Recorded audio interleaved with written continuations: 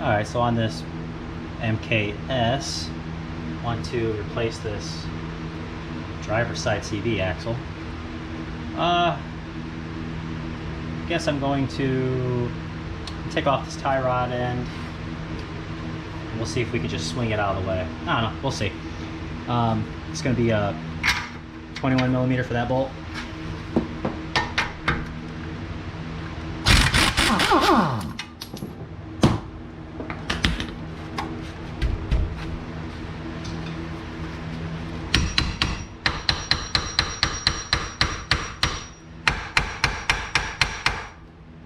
Knock some of that rust loose. Look at all these spiders.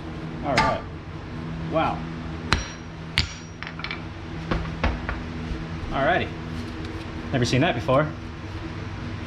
As I was beating out this tie rod, all these spiders came crawling out of the actual caliper.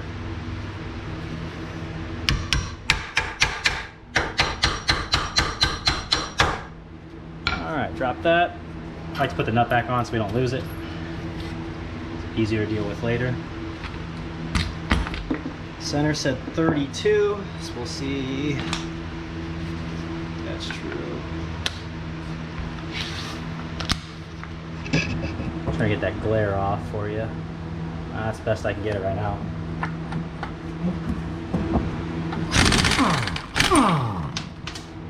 Alright, 32 it is.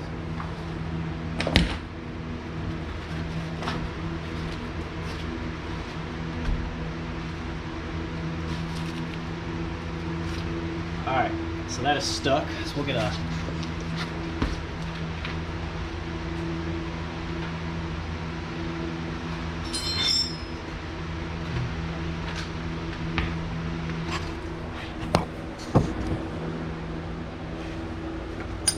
C's down here. You get a center punch, put it right here, or you could put the nut back on.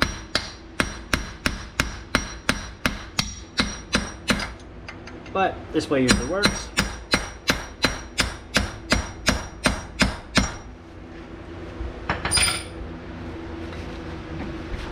All right, that's free.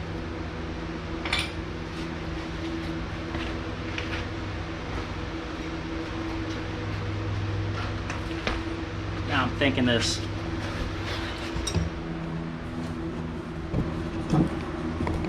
Bring it down this way. I think that's a 20, if I remember correctly, it's 24. Oh, it is a 24. But can't actually get the ratchet wrench up there.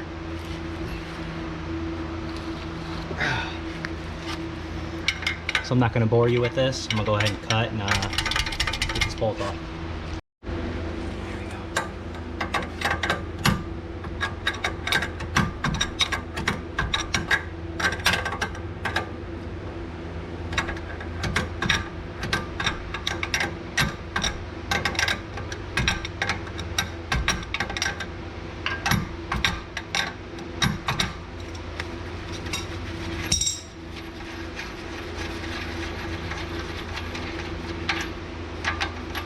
Now when that happens,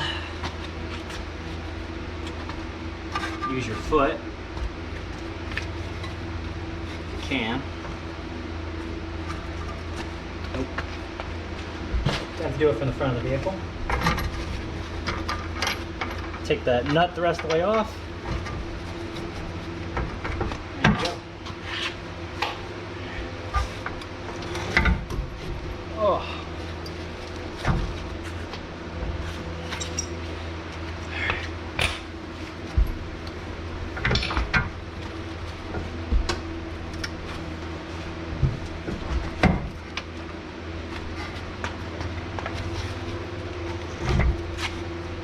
Oh, this sucks. Yeah, like I said, they make like, call it a hockey stick. Connects down here, lowers it down. Oh look, more spiders. Wow, this car is infested with spiders. Interesting choice. All right, so yeah, like I said, this kind of sucks if you don't have that. You just gotta push down with your foot while trying to lift up at the same time.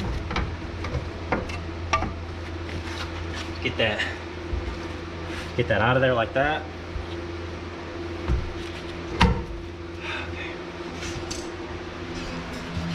coming back around to the front and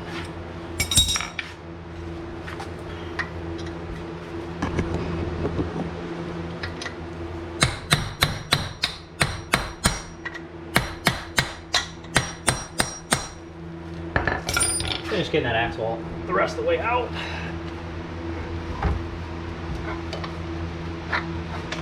Which now we're free. All right.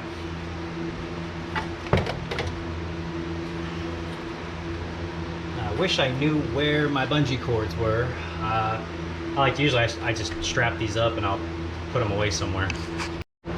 So what I'm gonna do is I'm gonna take out this top part of the sway bar link. It's a 21mm bolt with a nut with a 10mm bolt.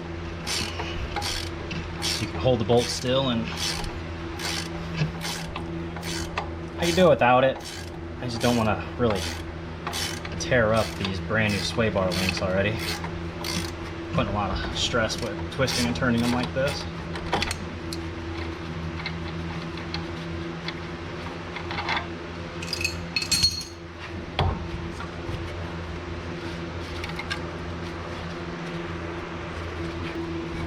So when I do something stupid like this, I'm going to go ahead and put the jack underneath the slower control arm and take this whole assembly up. Alright, so I'm back from my break. It's about 94 in the garage, so that's just the joys of filming. I can't open up the door because it'd be too bad of a glare, and I can't have the fan closer because you guys won't be able to hear me very well. So anyways, now that we're back at it, what I do suggest is removing the top tie rod end so you can have a lot more playroom without stressing out that joint up there, but I can't do it because I can't put it back on. So anyways, I'm just going to move on and hope for the best. So you want to get yourself a nice catch pan underneath there, and we're going to be removing it from back here. Pry bar or a long screwdriver, either one will work. I just got long screwdriver, it's always got them out fine. Make sure you get your new one ready. Yeah, you definitely get your new one ready, and then you want to grease the and just a tiny bit of I use axle grease, but you can use whatever you like, whatever you have. You don't need a lot of it.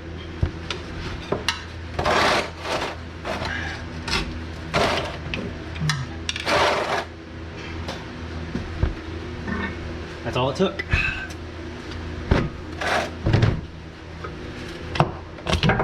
Alright, there's that.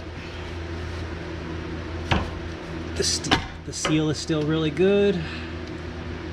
Yeah, nice and clean.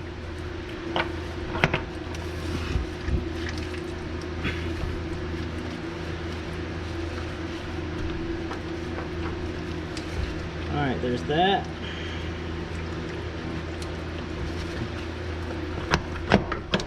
We're going to seal it up. Give that a second, let it stop dripping. And in the meantime, I will bring you down. You want to make sure you have a nice seal, which I see it's out just a little bit. And really all you have to do is just hit the end with a hammer, which I'm going to do for you right now. So let me make sure it goes all the way up.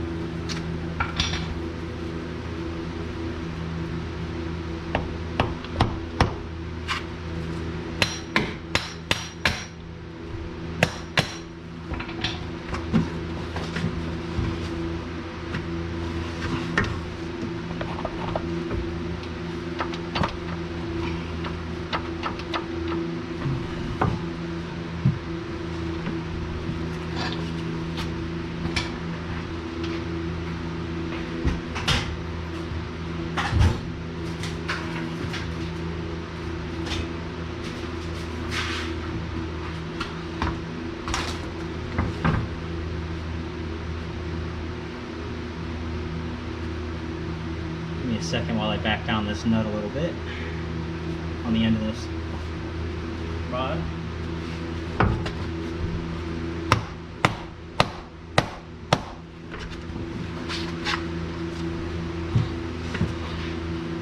All right.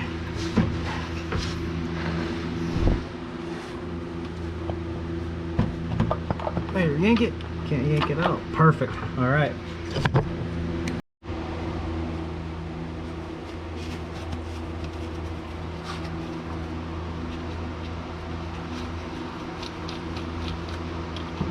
Check to see if this is still a, yeah, same size, 32 millimeter. A lot of times they do change. Okay, there's that. Swing this out.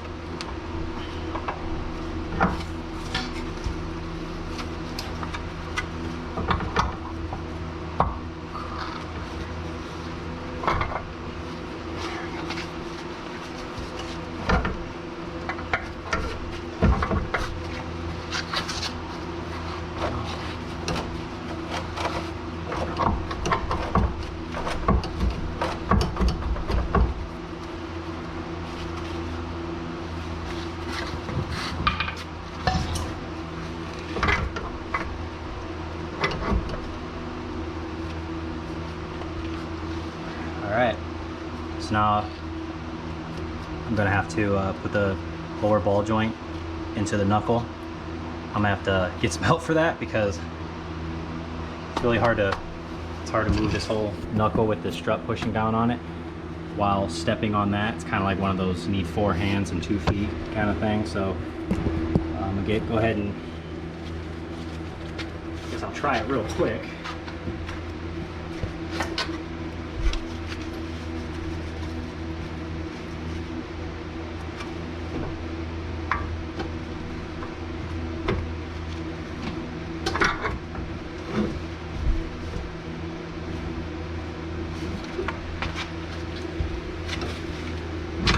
Nope, not even close. Alright.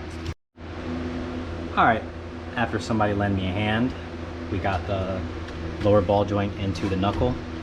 I did order one of those lower control arm pry tools. When it comes in, hopefully the next job I can use it, see if it works this low to the ground. If I even get the car jacked up high enough. Because yeah, that's a pain waiting on somebody, so I'll leave a link in the description to the one I purchased. And I'll probably do a follow-up video to see if that's the one that actually works here. So now that that's done, we'll go ahead and get the 24 millimeter nut back on here. Which all you have to do is pry down on the lower control one, get the nut on. That's not the right one. So let's find the right one. Found it.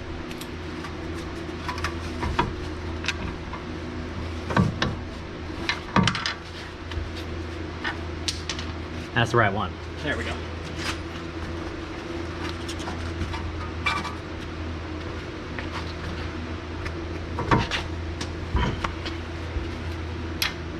Anyways, I'm gonna need all this space where this camera is right now. So anyways, we're gonna put this back on. I'll leave the torque specs of the bolts in the videos when I find them. And put your new axle nut back on, which is also 32 millimeter.